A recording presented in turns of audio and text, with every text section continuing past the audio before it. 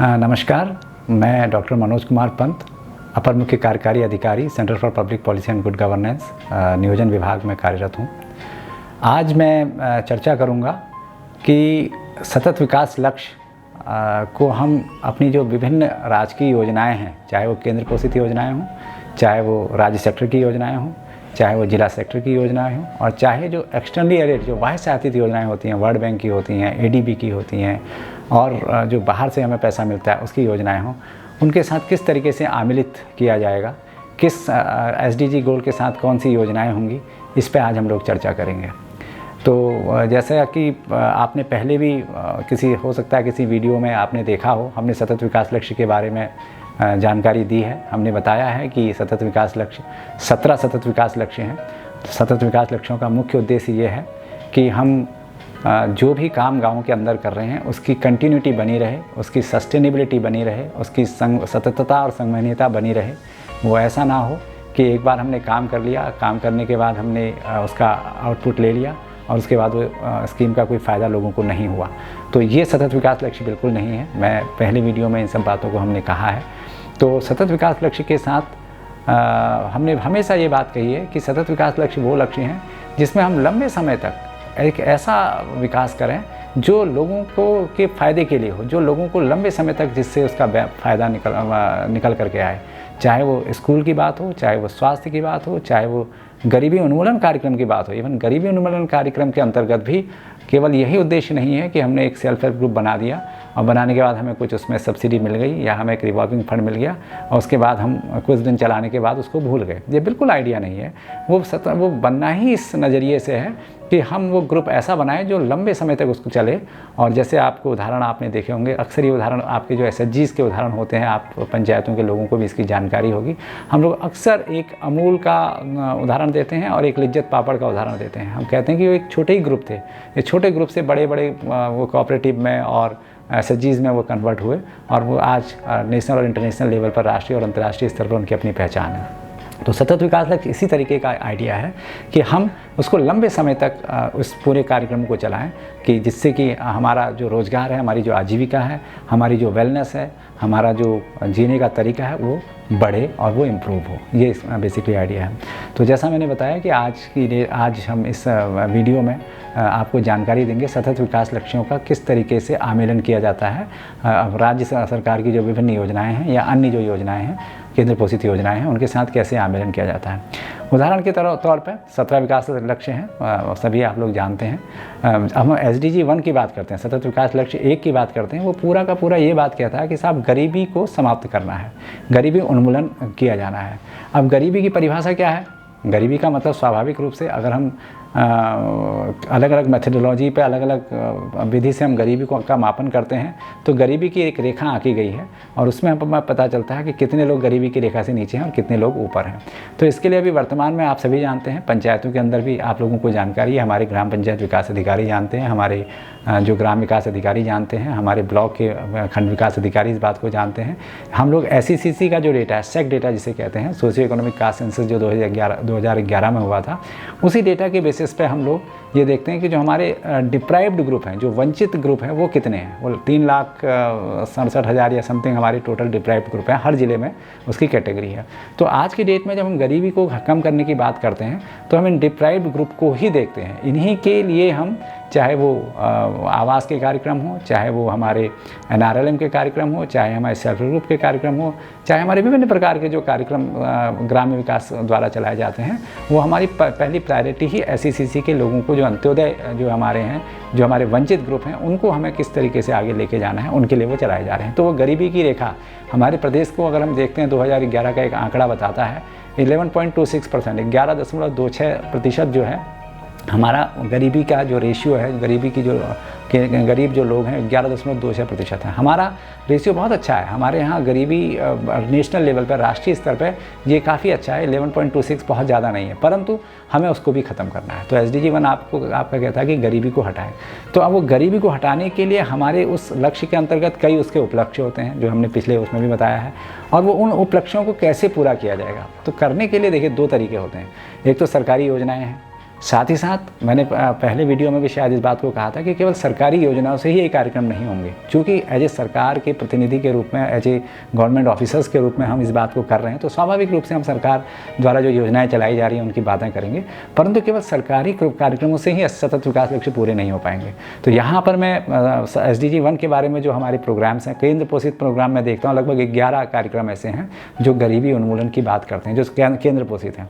और अगर मैं राज्य सेक्टर की बात कहता हूँ तो राज्य के द्वारा भी लगभग 4 कार्यक्रम ऐसे चलाए जा रहे हैं जो डायरेक्टली, इनडायरेक्टली तो बहुत मिलेंगे, लेकिन जो सीधे जो उस पर्टिकुलर सेक्टर को प्रभावित करते हैं, 5 कार्यक्रम वही हैं। और वहाँ साथ ही जो हमारी योजनाएं होती हैं, जो जैसे मैंने बताया वर्ल्ड बैंक है, विश्व बैंक है, IFED है, इनके जो प्रोजेक्ट चल रहे हैं ये भी गरीबी उन्मूलन के आगे काम करते हैं। उदाहरण के लिए मनरेगा हमारे पास आप सभी जानते हैं, मनरेगा एक बड़ा अच्छा उदाहरण है। वो कम से कम वो आपको उस दौरान गांव के अंदर 100 दिन रोज़गार की व्यवस्था करता है। हमारे पास राष्ट्रीय जो ग्रामीण आजीविका मिशन है, जो NRLM जिसे कहते हैं, उसमें जो सेल्फ हेल्प ग्रुप हम बनाते हैं वो बातें हैं। हमारे पास कौशल विकास की योजनाएं हैं, केंद्र पोषित में योजना की बात कह रहा हूँ। हम उन सब लोगों को उसमें ट्रेनिंग देने की बात करते हैं जो कुछ ना कुछ ट्रेनिंग लेकर के आगे कोई ना कोई रोज़गार कर सकें। हमारे पास प्रधानमंत्री आवास योजना है, ये भी गरीब उन्मूलन के लिए होती है कि हम लोग उन सभी लोगों को आवास देने की बात करते हैं। शुरुआत में जैसे मैंने बताया SEC डेटा के बेसिस पर जो लोग हमारे पास आए हैं उनको हम उस आवास को देने की बात करते हैं। तो प्रधानमंत्री आवास योजना, जनधन योजनाएं हमारे पास हैं। जनधन योजना से डायरेक्टली उसको जो हमने लिंक कर दिया बैंक के साथ, उसका फाइनेंशियल इंक्लूजन जो कर दिया है वो बड़ा इंपॉर्टेंट है। अब आपके पास डायरेक्टली पैसा किसी भी तरीके का जो सरकारी धनराशि आती है सब्सिडी के रूप में या वटएवर कोई भी चीज़ के रूप में आपके पास आ रही है तो वो आपको सीधे मिल जाता है। तो आपका जनधन योजना उसमें आती है। उसके बाद प्रधानमंत्री आदर्श ग्राम योजना, ये भी एक योजना जो है गरीबी कार्यक्रम के अंतर्गत रखी है। आयुष्मान भारत जो प्रधानमंत्री जन स्वास्थ्य योजना जो चलाई गई है तो वो तो बहुत इंपॉर्टेंट है। उसका गरीबी सेवा आप कहेंगे साहब वो तो स्वास्थ्य का है, उससे गरीबी का क्या लेना देना। स्वाभाविक, यद्यपि वो स्वास्थ्य की योजना है, परंतु अगर आपका स्वास्थ्य ये योजना आपको मिल गई, अगर आपको आयुष्मान में आपका फ्री इलाज हो गया, बीमारियां कवर हो गई, तो आपका उतना पैसा बचा, तो स्वाभाविक रूप से वो गरीबी उन्मूलन में आपको सहायता प्रदान करेगा। और अगर आप सही तरीके से स्वस्थ होकर आ गए तो जो रोज़गार अभी तक आप नहीं कर पा रहे थे अपनी बीमारी के दौरान, उसके बाद तुरंत से अपने उस रोज़गार को कर पाएंगे। तो स्वाभाविक से रूप से आपको इनडायरेक्टली वो गरीबी उन्मूलन में आपको दिखाई देगा।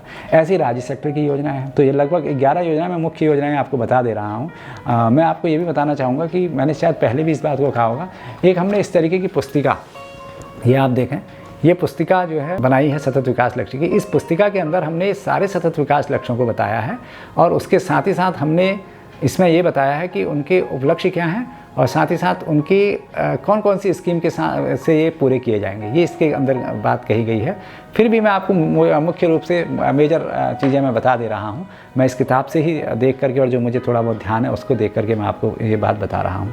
राज्य सेक्टर के अंदर अटल आवास योजना आपकी हो जाती है, दीनदयाल ग्रामीण योजना है और सहकारिता सहभागिता योजना, ये बड़ी इंपॉर्टेंट योजना है। ये आपको एग्रीकल्चर जो नंबर 2 हमारा टारगेट है उसमें भी नज़र आता है और नंबर 1 में भी नज़र आता है। तो आप देखेंगे कि ऐसी एकीकृत ग्राम विकास योजना IFED की जो योजना चल रही है, आपने देखा होगा IFED का प्रोजेक्ट चल रहा है। LSP का जो आजीविका जिसको कहते हैं, आजीविका परियोजना कई जिलों में चल रही हैं। वो हर पूरे गांव में नहीं है लेकिन लिमिटेड गांव उसके हैं, धीरे धीरे वो आगे बढ़ाने का उसका प्लान है। वैसे ही उत्तराखंड आकस्मिक सहायता कार्यक्रम है, उत्तराखंड आपदा रिकवरी परियोजना है। तो ये कहीं ना कहीं आपका जो गरीबी उन्मूलन के कार्यक्रम है हमारे, जो क्योंकि गरीबी की जब हम बात करते हैं तो उसमें वल्नरेबल ग्रुप आ जाता है, उसमें आपदा भी सबसे ज़्यादा गरीब लोग पे ही आती है। तो उसको ध्यान में रखते हुए भी आपदा रिकवरी योजना जो है वो भी इसमें रखी गई है।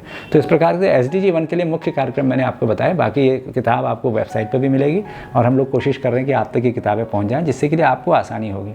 और GPDP में हम इनको कैसे जोड़ सकते हैं, क्योंकि ये कार्यक्रम सब गाँव के लिए ही चल रहे हैं, आपके इलाकों के लिए चल रहे हैं, तो आपको इन कार्यक्रमों को उनके साथ जोड़ना है। जो संबंधित विभाग हैं उनके साथ इस पर चर्चा करनी होगी। अगर आपकी नॉलेज में ये रहेगा कि ये कार्यक्रम है तो आप विभागीय अधिकारियों के साथ, जो विभागीय कार्मिक आपके क्षेत्र में काम करते हैं, उनसे आप बात कर सकते हैं कि साहब ये कार्यक्रम है, मेरे यहाँ ये कार्यक्रम कैसे चल सकता है या कैसे चलाया जाएगा, ये आप अपने GPDP के अंदर ले सकते हैं। अब दूसरे लक्ष्य की हम बात करते हैं जो भुखमरी को लेकर के है, जो पोषण को लेकर के है कि आप सही तरीके से आपको पोषण मिलता है। तो और भुखमरी को हटाने की बात उस SDG 2 के अंदर कही गई है।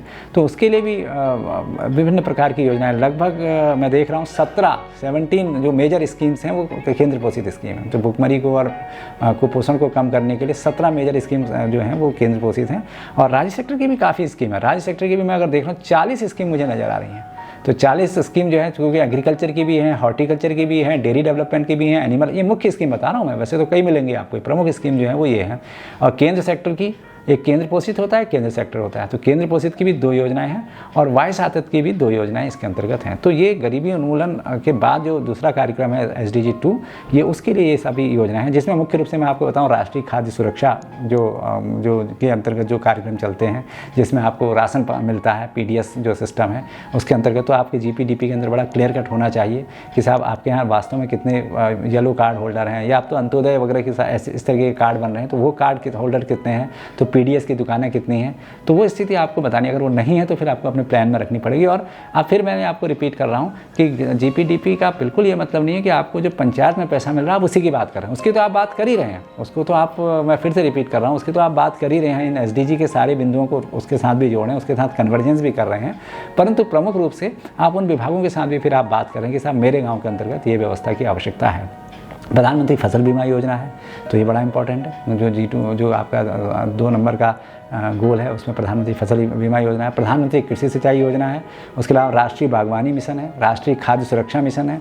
ये सारे प्रोग्राम्स, राष्ट्रीय खाद्य प्रसंस्करण मिशन है, जहाँ पर ज़्यादा फल होते हैं, फल पट्टियाँ बनी हुई हैं, तो वो इस खाद्य प्रसंस्करण मिशन के तहत अपना कोई ना कोई कार्यक्रम अपने गांव के अंदर, कोई अगर आप चाहते हैं कि साहब एक खाद्य प्रसंस्करण यूनिट लग जाए हमारी, अगर 10-15 अच्छे गांव में फल उत्पादन अच्छा होता है और छोटी यूनिट लगाना चाहते हैं, तो आप हॉर्टिकल्चर डिपार्टमेंट के साथ संपर्क करके इस बात को आगे बढ़ा सकते हैं। तो इसलिए आपकी जानकारी में होना जरूरी है। आप ग्राम पंचायत डेवलपमेंट प्लान के अंतर्गत, आप क्षेत्र पंचायत प्लान के अंतर्गत, आप जिला पंचायत प्लान के अंतर्गत इन सब चीज़ों को रख सकते हैं। राष्ट्रीय डेयरी विकास योजना है, बड़ी इंपॉर्टेंट योजना है। नीली क्रांति योजना है, मतलब फिशरीज़ जो अगर जहाँ पे आपको लगता है कि मत्स्य का स्कोप है, हमारे यहाँ नदी है, हमारे यहाँ तालाब हम बना सकते हैं, तो वो बड़ा इंपॉर्टेंट आपका फिशरीज़ का आप ले सकते हैं। तो वो एक महत्वपूर्ण योजना इसमें नज़र आती है। और यहाँ तक खुरपका मुहपका रोगों पर नियंत्रण जो है वो भी एक स्कीम है, राज्य सेक्टर की भी और सेंट्रल सेक्टर की भी है। तो गायों को, जानवरों को जो बीमारी हो जाती है वो उसकी बातें कही हैं। राष्ट्रीय पशुधन मिशन है। तो आप देखिए कई, मैं कुछ मुख्य योजनाएं आपको बता रहा हूँ, कई मृदा स्वास्थ्य कार्ड बनाने की बात है। राष्ट्रीय खाद्य योजना है, दीनदयाल उपाध्याय सहकारिता विकास कल्याण योजना है, तो बहुत ही अच्छी योजना है। इसमें तो ये तो इतना अच्छा स्कोप है, हम तो ये मानते हैं कि अगर ये आपके यहाँ कोऑपरेटिव सोसाइटीज़ हैं, पैक्स बनी हुई हैं, और अगर उन पैक्स को आप स्ट्रॉन्ग करना चाहते हैं इस योजना के अंतर्गत, agriculture, horticulture, dairy, bee keeping, आपका हर्ब्स, आपका मैप्स, सुगंध पौधे जो होते हैं, जड़ी बूटी जो होती है, ये तमाम तरीके के जो भी आपके प्राइमरी सेक्टर के जो प्राथमिक क्षेत्र के काम होते हैं उनको आप ले सकते हैं। तो ये एक बड़ा, ये आंदोलन के रूप में अगर आप इसको चलाएं, अपनी सोसाइटीज़ को, अपनी सहकारिता जो आपकी बनी हुई है, तो वो अगर आप लोग इसको चलाएं, अपनी कोऑपरेटिव को, पंचायतें उन कोऑपरेटिव के साथ मीटिंग करें और उनके साथ बैठ करके बात करें, तो ये एक आंदोलन के रूप में अगर हम इस फंड को यूज़ करें तो ये बहुत बड़ा क्रांतिकारी परिवर्तन आपके साथ ला सकते हैं, क्योंकि ये बहुत बड़ा प्रोजेक्ट हमारे राज्य के अंदर आया हुआ है और इसमें हम अलग अलग तरीके से इस काम को करें। लेकिन ये आपको बात करनी पड़ेगी, आपको बताना पड़ेगा कि मुझे इस सहकारिता परियोजना के अंतर्गत ये इसकी आवश्यकता है। आपको अपने GPDP प्लान में भी इस बात को रखना पड़ेगा। एकीकृत आदर्श कृषि योजना भी इसके अंतर्गत है।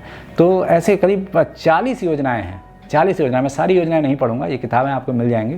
40 योजनाएं हैं जो आपकी उद्यानीकरण की योजना हो गई, बागवानी बीमा हो गई, पौधरोपण की हो गई, अखरोट और उनकी योजना होगी, बेमौसमी सब्जी उत्पादन की हो गई, मिशेल एप्पल हो गया जहाँ पर एप्पल वगैरह का काम होता है, तो रेशम विकास की होगी, बद्री नस्ल की गायों के संवर्धन की बात कही गई है, महिला बकरी पालन योजना है, भेड़ पालन योजना है। तो ये सारी तमाम योजनाएँ आप देख रहे हैं, गाय पालन योजना है, डेयरी विकास योजना है, महिला डेयरी विकास योजना है, तो ये गंगा गाय महिला डेयरी विकास योजना है, भेषज कृषि विकास योजना है। तो ये तमाम योजनाएं जो हैं ये सब आप ही लोगों के लिए हैं। तो आप अपने ग्राम पंचायत डेवलपमेंट प्लान के अंतर्गत भी कैसे इनको अलाइन किया जा सकता है इन योजनाओं को, इस पर भी आप चर्चा कर सकते हैं। ऐसे ही केंद्र सेक्टर की 2 योजनाएँ हैं और IFED और जायका जो है वो वाह्य सहायता योजना है, जो आपके गोल नंबर 2 को के लिए कहीं ना कहीं बहुत उपयोगी हो सकती है। अब आ जाते हैं हम गोल नंबर 3। अब गोल नंबर 3 अगर मैं किसी से पूछना चाहूँ कि क्या है, अब क्योंकि हम लोग डायरेक्टली बात नहीं कर रहे हैं, 1 to 1 बात नहीं हो रही है, वीडियो रिकॉर्डिंग हो रही है, तो आप उसका जवाब नहीं दे पाएंगे। लेकिन कई लोगों के समझ में आ गया होगा कि गोल नंबर 3, जिन्होंने थोड़ा उसको देखा होगा, उनके समझ में आ गया होगा कि गोल नंबर 3 क्या है। गोल नंबर 3 बेसिकली हेल्थ को लेकर के, स्वास्थ्य को लेकर के, कि हम स्वास्थ्य एंड वेल बीइंग की बात करेंगे, हम कैसे स्वस्थ रह पाएंगे, किस तरीके से। तो स्वास्थ्य की तो कई स्कीम चली रही हैं। NHM नेशनल हेल्थ मिशन सबसे इंपॉर्टेंट है, जो राष्ट्रीय स्वास्थ्य मिशन चल रहा है। उसमें आपका इम्यूनाइजेशन के कार्यक्रम हो गए, आपके एंटीनेटल केयर्स के कार्यक्रम हो गए, जो धात्री महिलाएं हैं, गर्भवती महिलाएं हैं, उनके टीकाकरण का कार्यक्रम हो गया, उनके पोषण का कार्यक्रम हो गया, मातृत्व वंदना योजना के अंतर्गत प्रोग्राम चलते हैं। टीबी के मरीज़ कोई हैं तो राष्ट्रीय क्षय योजना है, राष्ट्रीय कुष्ठ योजना है। तो ये इसमें तो खैर आप अपना केवल बता पाएंगे, आपको ये योजनाओं का सीधे ऐसा लाभ नहीं मिलता है, परंतु आप अगर बता पाएंगे कि साहब मेरे यहाँ इस तरह के टीबी के मरीज़, हो सकता है किसी गांव में बहुत ज़्यादा संख्या टीबी की होती हो, अब उसका रीज़न क्या है, जो भी कारण रहा हो, तो अगर आप उस चीज़ को बताएंगे, नहीं साहब ये टीबी क्षय नियंत्रण मेरे यहाँ अगर हो जाए, तो स्वाभाविक रूप से वो योजना जब आप ऊपर लेवल तक जाओगे, बताओगे, तो कहीं ना कहीं आपको उसका बेनिफिट होगा। तो राष्ट्रीय बाल स्वास्थ्य कार्यक्रम में लगभग केंद्र पोषित ही योजना 23 योजनाएं हैं और राज्य सेक्टर की 11 योजनाएं हैं, जिसमें आपातकालीन एम्बुलेंस सेवा भी हमने कहा है। हालांकि एम्बुलेंस सेवा आप GPDP के अंदर नहीं ला सकते हैं, परंतु आप ये बता सकते हैं कि साहब चूँकि आपके यहाँ से PSC बहुत दूर है, तो आपकी कोई ऐसी एरिया में कोई एम्बुलेंस की सेवाएं उपलब्ध रहें जो 20-30-40 गाँव के बीच में रह सकती है, नज़दीक के PSC में उपलब्ध हो, तो इन बातों पर भविष्य में विचार किया जा सकता है। तो ये सब चीज़ें, मुख्यमंत्री स्वास्थ्य संरक्षण योजना है, ऐसी वाह्य सहायता योजना भी इसके अंतर्गत हेल्थ सिस्टम डेवलपमेंट प्रोजेक्ट चल रहा है। तो ये गोल नंबर 3 हो गया। अब आ जाते हैं हम गोल नंबर 4। गोल नंबर 4 भी किसको को लेकर के अगर हम बात करते हैं, वो क्या है, शिक्षा को लेकर के। और शिक्षा एक बड़ा बहुत महत्वपूर्ण मुद्दा है।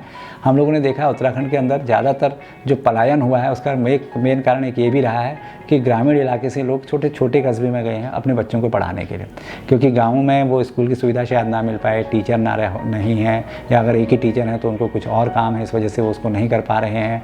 तो और फिर बच्चे आजकल ज़्यादातर अंग्रेजी पढ़ने की बात लोग कहने लगे। तो अभी हमारे यहाँ वही पुरानी व्यवस्था चल रही है, लेकिन धीरे धीरे उसकी भी आगे बातें चल रही हैं। तो स्वाभाविक है वो गाँव से छोटे कस्बे में चला जाता है, छोटे कस्बे वाला बड़े कस्बे में चले जाता है, बड़ा कस्बे वाला बड़े शहर में आ जाता है। तो बड़े शहर वाला फिर वो या तो गढ़वाल क्षेत्र में तो देहरादून आ जाता है, कुमायूं क्षेत्र में है तो वो हल्द्वानी इत्यादि जगह में आ जाता है। तो ये पलायन जो है वो शिक्षा के कारण बड़ा पलायन होता है। तो इसलिए आप इसको भिक्का भी एक कारण है, शिक्षा भी एक कारण है अगर वो पलायन का। तो उसके लिए आपके पास सर्व शिक्षा अभियान, मिड डे मील योजना, रमसा के प्रोग्राम हैं, रूसा के प्रोग्राम है, उनको छात्रवृत्ति देने की बात कही है, पाठ्यक्रमों का मुफ्त वितरण है, बालिकाओं के लिए प्रोत्साहन योजना है, बालिकाओं को देने के लिए जो हमारे हायर एजुकेशन की बात करते हैं तो सुधार जो हमारे रिसर्च स्कॉलर होती हैं उनको छात्रवृत्ति देने की बात कही गई है। तो ये जस्ट आपकी जानकारी के लिए कि ये शिक्षा के अंतर्गत प्रोग्राम होते हैं। और चूँकि आप जो ग्राम पंचायत के अंदर जो प्राइमरी स्कूल हैं उसके आप अध्यक्ष होते हैं शिक्षा समिति के, तो आपको ये पता ही होगा कि आप अपने यहाँ पाठ्य पुस्तकें अगर नहीं हैं, कितनी पुस्तकों की ज़रूरत है, छात्रवृत्तियों की क्या स्थिति है, कितने छात्र आपके यहाँ पढ़ रहे हैं, तो वो अपने प्लान के अंतर्गत, वो तो स्वाभाविक, बट आपकी नॉलेज में आपके प्लान में वो आना चाहिए। भले ही वो आपके पास ऑटोमेटिकली आता है, समाज कल्याण विभाग वो सर्वे करने के बाद उपलब्ध करा देता है वो डेटा, लेकिन ये आपकी इन्फॉर्मेशन आपके पास आपके प्लान में होनी चाहिए, अप टू डेट होनी चाहिए, जिससे कि आप उसको बता सकें कि मेरे यहाँ 20 छात्र हैं या 30 छात्र हैं, उनको छात्रवृत्ति रेगुलर मिल रही है और इतनों को नहीं मिल रही, समथिंग लाइक दैट। तो ये आपको देखना पड़ेगा। ऐसे 5वें नंबर का गोल अगर हम कहते हैं वो लैंगिक जो भेद होता है, जिसमें महिला पुरुष की बात हम कहते हैं कि साहब महिलाओं के लिए रोज़गार की स्थिति ठीक नहीं है, पुरुषों के लिए अच्छी है, या महिलाओं को उनके अधिकार नहीं मिल पा रहे हैं, पुरुषों को उनके अधिकार हैं। तो ये लैंगिक जो भेद है उसको दूर करने के लिए महिला सशक्तिकरण राष्ट्रीय योजना, केंद्र पोषित लगभग 15 योजनाएँ हैं, जिसमें हमने महिला सशक्तिकरण राष्ट्रीय योजना है, किशोरी बालिकाओं के सशक्तिकरण की योजना है, समन्वित बाल विकास ICDS जो है वो है, किशोरी शक्ति योजना इसके अंतर्गत है, उज्ज्वला योजना इसके अंतर्गत है, प्रधानमंत्री मातृ वंदना योजना इसके अंतर्गत है, राष्ट्रीय महिला सशक्तिकरण मिशन इसमें, निर्भया फंड भी इसके अंतर्गत बनाया गया है कि अगर आपको कोई इस तरीके की कोई अब्यूज़ हो जाता है महिला के साथ, लड़की के साथ कोई इस तरीके की चीज़ें हो जाती हैं, तो निर्भया फंड की व्यवस्था भी इसके अंतर्गत करी है। राष्ट्रीय पोषण मिशन है, बेटी बचाओ बेटी पढ़ाओ कार्यक्रम चलता है, और यहाँ तक कि आदिम जनजाति के उन्नयन हेतु तक विशेष योजना इसके अंतर्गत दी गई है। तो ये योजनाओं की कमी नहीं है, योजनाएँ आपके पास हैं, लेकिन ये आपकी जानकारी में ये होना बहुत ज़रूरी है। ये अवेयरनेस जब तक आप तक नहीं आएगी पंचायत लेवल, क्योंकि पंचायत स्तर पर ही हमें सबसे ज़्यादा जानकारी की आवश्यकता होनी चाहिए। ज़रूरी नहीं है कि आप सारी योजनाएं आपको मिल जाएं, ऐसा भी संभव नहीं है, परंतु अगर आपकी जानकारी में वो चीज़ें हैं, तो मैंने बताया था कि GPDP में आप प्रायोरिटाइज़ करते हैं, जो सबसे पहली प्रायोरिटी आपकी है उस प्रायोरिटी को आपको पहले रखना पड़ता है, प्राथमिकता आपको पहले रखनी पड़ती है। तो ऐसी राज्य सेक्टर की योजना है, इंदिरा समेकित महिला विकास योजना है, हमारे मुख्यमंत्री जी द्वारा 3-4 योजनाएँ चलाई गई हैं, मुख्यमंत्री बाल पोषण अभियान योजना है, मुख्यमंत्री वृद्ध महिला पोषण अभियान है, है, मुख्यमंत्री महिला सतत विकास योजना है, नंदा गौरा योजना है, जो बालिकाओं के लिए नंदा गौरी योजना, जो पढ़ने वाली बच्ची हैं उनके लिए नंदा गौरी योजना रखी गई है। तो ये 5वें नंबर के को लैंगिक भेद है उसको दूर करने के लिए भी लगभग अगर आप देखते हैं केंद्र की 15 स्कीम्स, राज्य की 10 स्कीम, मुख्य बता रहा हूँ मैं, मतलब और भी कई स्कीम है, ये प्रमुख स्कीम बता रहा हूँ, बाकी स्कीम के सब पार्ट बहुत होंगे। तो ये इतनी स्कीम्स इसमें की गई हैं। अब आ जाते हैं हम गोल नंबर 6 पे। तो गोल नंबर 6 को अगर आप देखते हैं, गोल नंबर 6 आपका सामान्य तौर किसके लिए है? गोल नंबर 6 आपका वाटर सैनिटेशन और पेयजल और उसकी बात को करता है। तो पेयजल की तो आपको पता ही है, आप तो गांव के अंदर रहती हैं। एक स्कीम, एक तो आपका राष्ट्रीय जो स्वच्छता मिशन है उसकी बात हम स्वच्छता के अंतर्गत करते हैं, शौचालय बनाने इत्यादि की, वो आप अपने GPDP के अंतर्गत लेके ही आते हैं। और पेयजल आपका GPDP का जो आपको फंड होता है उसका भी पार्ट है, उसमें भी आपको पेयजल और उसके संरक्षण के लिए धनराशि की ज़रूरत होती है। तो आप उसको कन्वर्ज कर सकते हैं, डबटेल कर सकते हैं। कुछ आप अपने फंड से यूज़ करें, कुछ जो फंड विभाग दे सकता है उससे आप यूज़ कर सकते हैं, और कहीं पर मनरेगा की आवश्यकता है तो उससे आप उससे डबटेल करके इस काम को कर सकते हैं। तो ये योजनाएं इसके अंतर्गत दी गई हैं। मैं ग्रामीण योजनाओं की बात कर रहा हूँ, शहरी योजनाएं भी इसमें, हैंडपम्प की योजना, ग्रामीण भी हैं जो आपके शहरी इलाके हैं, ग्रामीण इलाके हैं जो मैदानी इलाके क्षेत्रों में, तो हैंडपम्प की योजनाएं हैं और नगरीय पेयजल योजनाएं हैं, वो सब इसके अंतर्गत आती हैं। गोल नंबर 7 आपका सस्टेनेबल एनर्जी की बात करता है, वो ऊर्जा की बात करता है, वो आपके फ्यूल की बात करता है, आपको जो गैस के कनेक्शन इत्यादि की बात करता है। तो उसमें आपके पास राष्ट्रीय करीब मैं देख रहा हूँ 8 हमारे लगभग जो मेजर स्कीम है केंद्र पोषित हैं, और 4 आपकी राज्य सेक्टर की स्कीम है। तो समेकित ऊर्जा, सौभाग्य योजना, राष्ट्रीय बायोगैस योजना, ये सारी योजनाएं इसके अंतर्गत रखी गई हैं। और ऐसी राज्य सेक्टर की योजना में भी ग्रीन साइट परियोजना का अनुमोदन। अब ये सोलर वाला जो प्रोग्राम चला है, सौर ऊर्जा से कैसे रोजगार लेंगे, ये प्रोग्राम भी इसी योजना के अंतर्गत अभी माननीय मुख्यमंत्री जी द्वारा जो अभी राज्य के अंतर्गत की गई है, ये नई योजना एक अभी और शुरू हुई है। तो ये 7वें नंबर का गोल आपका इससे पूरा होगा। अब 8 नंबर का जो है, वो 8 नंबर आपका ग्रोथ कहता है, वो कि किस तरीके से आप अपनी विकास दर को बढ़ा पाएंगे, किस तरीके। तो ये सभी का एक प्रकार से अगर आप देखें तो ये सभी का समावेशी विकास है। रोजगार कैसे मिलेंगे, ये जितनी योजनाएं लगभग होती हैं उनका निचोड़ ये है। तो इसमें दुनिया भर की जितनी भी स्कीमें, क्लस्टर विकास की योजना, गौरानंदा देवी योजना, उद्यमता विकास की योजना, स्टार्टअप की योजना, स्टैंड अप इंडिया की योजना, प्रधानमंत्री रोजगार सृजन कार्यक्रम है, उत्तराखंड हैंडलूम एंड हैंडीक्राफ्ट की स्कीम है, शिल्पी ग्राफ योजना है जो इंडस्ट्री डिपार्टमेंट चलाता है, ऋण उपादान रोजगार योजना है, ऊन और धागा बैंकों की स्थापना करने की बात है, रेशा खरीद के लिए अनुदान इसमें दिया जाता है, महिला उद्यमों के लिए विशेष प्रोत्साहन योजना है। तो गाँव के अंदर भी जो महिला उद्यमी हैं उनके लिए भी विशेष प्रोत्साहन योजना इसके अंतर्गत है। ग्रामीण विकास, जो ग्रामीण हाट होते हैं उनको बनाने की बात इसमें कही गई है। वीरचंद सिंह गढ़वाली पर्यटन विकास योजना जो है वो इसका, जितनी भी आपकी आर्थिक गतिविधियाँ चलती हैं वो सभी प्रकार की योजनाएं, लगभग 32 मेजर स्कीम हमने राज्य सेक्टर की, राज्य की देखिए मैक्सिमम स्कीम मिलेंगी आपको इसके अंदर, 32 स्कीम है। और सेंट्रल की भी 10 स्कीम जो है, केंद्र पोषित स्कीमें 10 हैं, केंद्र सेक्टर की भी 3 स्कीम इसमें मेजर स्कीम हमने मैप की हैं, आमेलित की हैं। मतलब आपके जो विकास योजनाओं हैं उसके अंदर इन SDGs को पूरा करने के लिए ये विकास योजनाएं इसके अंतर्गत ये स्कीम्स के द्वारा ये SDG को पूरा किया जा सकता है। होम स्टे योजना है, उपासक है, साहसिक पर्यटन है, टूरिस्ट सर्किट है, स्वदेश दर्शन है, प्रसाद स्कीम करके एक प्रोग्राम है जो विशेषकर हमारे जो 4 धाम हैं उनके लिए बड़ा इम्पोर्टेंट हो सकता है, या और भी जो हमारे मेजर मुख्य प्रमुख जो हमारे तीर्थ स्थल हैं, जो हमारे मंदिर हैं प्रमुख, उसमें ये वहाँ के लोग ये स्कीम का फ़ायदा उठा सकते हैं। जहाँ पर ज़्यादा से ज़्यादा यात्री आते हैं धार्मिक यात्रा के लिए, वो इसका फ़ायदा उठा सकते हैं। तो प्रसाद स्कीम हमारे पास है। और होम स्टे तो सबसे महत्वपूर्ण स्कीम है, वो तो सब आपको पता ही है।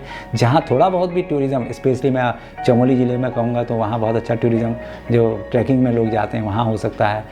जहाँ भी हमारे टूरिस्ट प्लेस हैं, आप रानीखेत अल्मोड़ा में जाएं तो वहाँ आपके होम स्टे स्कीम चल सकती है। नैनीताल के आसपास के इलाकों में होम स्टे स्कीम चल सकती है, जिस पे जो हमारा गोल नंबर 8 क्योंकि विकास दर से को लेकर के हैं तो मैक्सिमम स्कीम आप इससे फीड होती हैं। तो गोल नंबर 9 जो हम देखते हैं, गोल नंबर 9 जो है वो हमारा औद्योगिकरण की बात कहता है। वो कहता है कि इंफ्रास्ट्रक्चर डेवलप हो, औद्योगिकरण हो।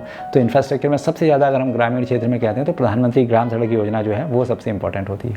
और एक महत्वपूर्ण चीज़ और है जिसके माध्यम से आज आप ये वीडियो भी देख रहे होंगे, आपके पास जो इंटरनेट कनेक्टिविटी है, जो भारत संचार ग्रामीण क्षेत्रों में जो नेटवर्किंग की व्यवस्था है उसको भी हमने इसमें उसके अंदर ई-गवर्नेंस योजना जो है राष्ट्रीय, जो CSC आपके यहाँ बने हैं, जो कॉमन सर्विस सेंटर बने हुए हैं ना, जहाँ से आपके गांव में या आपके न्याय पंचायत क्षेत्र पर कॉमन सर्विस सेंटर्स बने हुए हैं, तो वो कॉमन सर्विस सेंटर्स का काम, उनका उपयोग आपको विभिन्न प्रकार की योजनाओं का लाभ आप उनके माध्यम से ले सकते हैं। तो ई गवर्नेंस की योजना इसके अंतर्गत है। स्टेट वाइड एरिया नेटवर्क जो होता है स्वान, वो इसके अंतर्गत लिया गया है। जल स्रोत राज्य सेक्टर की लगभग मैं देख रहा हूँ 18 स्कीम इसके अंतर्गत है, जिसमें डिफरेंट इंफ्रास्ट्रक्चर की बात इसमें की, मेजर स्कीम बता रहा हूँ मुख्य रूप से, जिसमें आपको जल स्रोत प्रबंधन की बात कही गई है, उसमें और तो और शोध की बातें भी कही गई हैं। आपने देखा होगा हमारे पास यूकॉस्ट और यूसर्क और यूसक 3 बड़ी डिपार्टमेंट है जो साइंस और टेक्नोलॉजी पर बात करते हैं। तो ग्रामीण क्षेत्रों में चाहे वो कृषि की बात हो, चाहे वो उद्यान की बात हो, या चाहे वो ग्रामीण विकास के अन्य कार्यक्रमों की भी बात हो, या अन्य विभागों की भी बात हो, तो ये हमारे यूकॉस्ट जो नवाचार के कई कार्यक्रम चलाते हैं, जो नए इनोवेशंस चलते हैं, इवन आप अपने स्तर पर भी कुछ इनोवेशन चला सकते हैं और इनकी मदद से आप इनकी जो स्कीम्स का भी लाभ आप उसमें उठा सकते हैं। तो क्लस्टर विकास योजना हो गई। तो ये करीब 18 स्कीम राज्य सेक्टर की मुझे दिखाई दे रही हैं, और ऐसी केंद्र सेक्टर की भी जो है लगभग 4-5 स्कीम इसमें दिखाई दे रही हैं, मेजर स्कीम्स। और अगर हम 10 नंबर की बात करते हैं, 10 नंबर जो गोल है वो हमारा डिस्पैरिटी को, जो विषमताएं होती हैं उनको दूर करता है। तो विषमताएं तो दूर करने के लिए ये सब स्कीम्स जिस तरीके से जहाँ अच्छी चलेंगी, विषमताएं अपने आप दूर हो जाएंगी। तो ये बेसिकली हम किस तरीके से उस कार्यक्रम को चला रहे हैं ये देखना है। 11 नंबर गोल शहरी क्षेत्रों के लिए है, उसका डायरेक्टली आपसे कोई लेना देना नहीं है, लेकिन स्वच्छ भारत मिशन वो 11 शहरी क्षेत्र के लिए है, तो आपके लिए भी है। और उसमें स्मार्ट सिटी मिशन है और भी कई चीज़ें हैं, तो उस पर मैं ज़्यादा बात यहाँ पे नहीं करूँगा। तो 11 गोल नंबर 12 जिसको हम कहते हैं कि साहब आपका जो कंजम्पशन हो, जो आप जो उपभोग कर रहे हैं, जो आप उत्पादन कर रहे हैं, वो आपका सतत हो। तो उसके लिए भी कई स्कीम, उसमें फिर वही आ जाएगा जब आप कंजम्पशन और उसकी बात करते हैं, प्रोडक्शन की बात करते हैं, तो आपके पास कृषि, हॉर्टिकल्चर, आपका डेयरी विकास, ये विभाग मुख्य रूप से आपके पास होते हैं। तो उसमें वही मृदा स्वास्थ्य कार्ड बनाना है, आपको बायोफ्यूल की एक योजना है, ग्रामीण क्षेत्रों में गोदाम निर्माण है, ऑर्गेनिक खेतों को बढ़ावा देने की बात कही गई है। ठीक है, तो ये कुछ मेजर स्कीम्स इसके अंतर्गत दी गई हैं। वैसे वो स्कीम और बाकी जगह भी जो एग्रीकल्चर वगैरह की जो स्कीम्स हैं वो सब इसके अंदर आती हैं, लेकिन डायरेक्टली जो मेजर स्कीम हमें लगता है कि ये कहीं ना कहीं डायरेक्टली इम्पैक्ट करती है इस पर्टिकुलर गोल को, तो वो स्कीम्स इसके अंतर्गत दी गई हैं। वैसे ही गोल नंबर 13 जो है वो आपका जलवायु परिवर्तन की बात करता है। ये बड़ा इंपॉर्टेंट मुद्दा है, वो शायद अभी आप लोगों के समझ में वो डायरेक्टली आ भी ना पाए कि जलवायु परिवर्तन से साहब हमें क्या लेना देना, हमें तो अपने खेती हो जाए वही हो जाए, तो जलवायु परिवर्तन तो जब होगा तब होगा, क्या करना है उससे, उसमें क्या निकल के आ रहा है। लेकिन आप देख ही रहे हैं अभी हमारे पास कोरोना वायरस की स्थिति आई हुई है, हमारे पास केदारनाथ जैसी घटनाएँ हुई हैं, आपदा जो है अक्सर आती रहती है। आजकल टेम्परेचर बहुत ज़्यादा बढ़ गया, ओलावृष्टि बहुत ज़्यादा हो जाती है, आपका तुरंत जो है क्लाउड बस्ट हो जाते हैं। बरसात में तो हम लोग, आप जानते हैं उत्तराखंड बहुत ही फ्रेजाइल है, बरसात के दिनों में हमें बहुत ज़्यादा खतरा रहता है, हमारे गांव में बहुत खतरा रहता है, स्कूलों में बहुत खतरा रहता है। तो हमें उसके लिए उसको डिज़ास्टर जो हमारा आपदा प्रबंधन विभाग है या आपदा प्रबंधन की जो हम स्कीम है उसको भी मेन स्ट्रीमिंग करना है। तो ये हमें पहले से उसकी प्लानिंग करनी पड़ेगी आपदा को ध्यान में रखते हुए। तो इसलिए जलवायु परिवर्तन में भी हमारे पास कई प्रोग्राम्स हैं, स्पेशली आपदा प्रबंधन के, उसमें आपदा प्रबंधन के बारे में विशेष रूप से गाँव के अंतर्गत जो ट्रेनिंग दी जाती है, स्कूलों में जो लोगों को ट्रेनिंग दी जाती है, वो कई प्रोग्राम इस तरीके के इसमें चलते हैं। और अब हम बात करते हैं गोल नंबर 15, 14 क्योंकि हमारे यहाँ नहीं चलता है, वो ज़्यादातर समुद्री इलाके जो हमारे होते हैं उनके लिए उसमें दिया गया है। हमारे यहाँ है नीली क्रांति जो हम कर सकते हैं, 14 नंबर गोल केवल और केवल जो हमारी नदियाँ हैं या जो हम तालाब बनाते हैं तो उसके लिए हम बात कर सकते हैं। तो नीली क्रांति की जो योजना है, मत्स्य फिशरीज डिपार्टमेंट की जो योजना है वो गोल नंबर 14 को थोड़ा बहुत फीड करती है। और लेकिन गोल नंबर 15 फिर बड़ा इंपॉर्टेंट आ जाता है। गोल नंबर 15 क्या है हमारा, फॉरेस्ट को लेकर के, कि हम वनों का किस तरीके से उनका संरक्षण करें, वनों को हम किस तरीके से अधिक से अधिक उसका एफॉरेस्टेशन हो, वनीकरण हो, ज़्यादा से ज़्यादा उसका लाभ लोगों को मिले, ग्रामवासियों को मिले। तो अब उसमें भी कई योजनाएं, लेकिन उसमें आप देखते हैं कि उसमें कई बार मैन एनिमल कॉन्फ्लिक्ट बहुत बड़ा इशू है। तो उसके लिए योजना बनाई गई है कि जंगल में किस तरीके से हम जानवरों को रोकथाम की कैसी योजना होगी। कैंपा एक फंड हमारे पास है, उस कैंपा फंड के अंतर्गत योजना दी गई है। दीवार का निर्माण हो गया, सोलर फेंसिंग का निर्माण हो गया, गड्ढों का निर्माण हो गया। तो ये इस तरीके के जंगली जानवरों से बचने के लिए इस तरीके की स्कीम्स बनाई गई हैं। उसके अलावा हमारे पास और भी स्कीम्स हैं, तो ये जल संरक्षण इत्यादि की स्कीम भी हमारे पास है। तो इसमें अगर मैं देखता हूँ तो मैं दिखाई दे रहा है मुझे लगभग 6 तो मेजर स्कीम हमारी जो है केंद्र पोषित दिखाई दे रही हैं, और राज्य सेक्टर की लगभग 21 स्कीम दिखाई दे रही है, मेजर 21 स्कीम और भी होंगी, लेकिन जो मुख्य स्कीम है जैसे हमारा पेड़ हमारा धन, हमारा स्कूल हमारा वृक्ष, नर्सरी विकास, भूक्षरण की रोकथाम, हरेला योजना, वन पंचायतों के में वनाग्नि की रोकथाम, इको टूरिज्म, ग्रामीण टूरिज्म, वन मोटर मार्गों का सुदृढ़ीकरण, ये डिफरेंट स्कीम्स आप देखेंगे ये गांव के अंदर। वनीकरण पूरकता कार्यक्रम, तो जंगली जीवासों के स्थलों का विकास, तो ये कई स्कीम्स हमारी इसके अंतर्गत आप देख सकते हैं। और वैसे ही वाह्य सहायतित योजना भी हमारी जो बायोडाइवर्सिटी कंजर्वेशन और रूरल इम्प्रूवमेंट की योजना है, विश्व बैंक पोषित विकेंद्रित जलागम विकास परियोजना। जलागम विकास तो बहुत इंपॉर्टेंट है। जलागम विकास में तो डायरेक्टली वो आपके गोल नंबर 1 को भी हिट करती है, तो उससे आपको लाइवलीहुड के ऑप्शंस पता चलते हैं। कई पंचायतों में जलागम के प्रोग्राम चल रहे होंगे, वो भी आप देखिए आपके यहाँ जो जलागम के उसमें वो क्या, क्योंकि मैंने हमेशा आपसे कहा कि जब भी आप ग्राम पंचायत प्लान बनाते हैं तो उसमें एज इज आज हमारी क्या स्थिति है आपको बताना ज़रूरी है, और इसको पूरा अब आप चाहते क्या हैं ये आपको बताना ज़रूरी है। चाहने को तो आप बहुत कुछ चाहेंगे, परंतु उसमें क्या प्रायोरिटाइज चाहिए, प्रायोरिटी क्या करनी है, प्राथमिकता किसको देनी है, इसको आपको बताने की आवश्यकता होगी। तो ज़रूरी नहीं है, मैं फिर से कहूँगा, क्योंकि रिसोर्सेज स्कीम का मतलब ये नहीं है कि माना सपोज एक हमारे पास छोटी स्कीम आ गई, जल प्रबंधन की योजना आ गई, जल संरक्षण की योजना आ गई, और जल संरक्षण तो खैर इंपॉर्टेंट है, वो तो फिर भी मैं मानूंगा कि वो एक सबसे मेजर स्कीम है। और वो जो जीपीडीपी के अंतर्गत जो आपको पैसा दिया जा रहा है, जो पंचायतों को पैसा दिया जा रहा है, उसमें भी एक मेजर काम आपको मेरे ख्याल से 20%, 30% या 40% जो भी हो वो गाइडलाइंस में होगा, वो जल संवर्धन और जल संरक्षण के लिए करना ही करना है। तो लेकिन कई ऐसी स्कीम आती हैं जिसमें हो सकता है वो वहाँ पर आपके माना सपोज कृषि विभाग की कृषि यंत्रीकरण योजना है, तो ज़रूरी नहीं है कि सब गाँव को कृषि यंत्री वो बांट सकें, क्योंकि गांव से ग्राम पंचायत तो आपके 7,500 के करीब है, आपके 15, 16,500 आपके राजस्व ग्राम है, तो ज़रूरी नहीं, क्योंकि पैसे लिमिटेड हैं। परंतु अगर वो आपकी प्राथमिकता है, आपके यहाँ वो पोटेंशियल है, आपको पावर ट्रेलर चाहिए, आपको इस तरीके के यंत्र चाहिए, तो जनरली वो स्वाभाविक रूप से वो आपके पास उपलब्ध होंगे अगर वो आपकी प्रायोरिटी में आता है। तो आप अपनी जीपीडीपी में इस कार्यक्रम को भी रखें।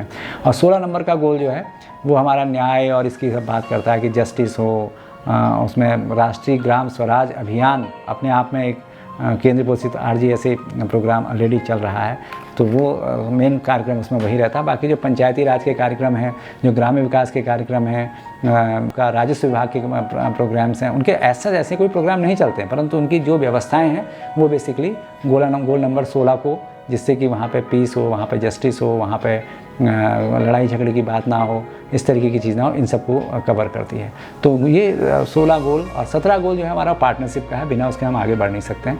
तो जब तक हम पार्टिसिपेशन अप्रोच से काम नहीं करेंगे, जब तक हम समुदाय के साथ बात नहीं करेंगे, विभागों के साथ बात नहीं करेंगे, 3 टियर सिस्टम बनाओ जो है ये, है ना, ग्राम पंचायतें हैं, क्षेत्र पंचायतें हैं, जिला पंचायत हैं, तो आपस में जब तक हम बात नहीं करेंगे, कोऑर्डिनेशन नहीं करेंगे, कन्वर्जेंस और डबटेलिंग की बात नहीं करेंगे, तो देन ये बड़ा मुश्किल होगा। तो इसे 17 नंबर का गोल केवल आपको इस पर ध्यान देना है। तो आज के वीडियो में आज की बात मैंने केवल इतनी ही बताई है कि हम किस तरीके से अपने जीपीडीपी को सुदृढ़ करने के लिए जो हमारी सरकार की राजकीय योजनाएं हैं वो कैसे एसडीजी के साथ हम अलाइन करें, कैसे उसका आमेलन करें।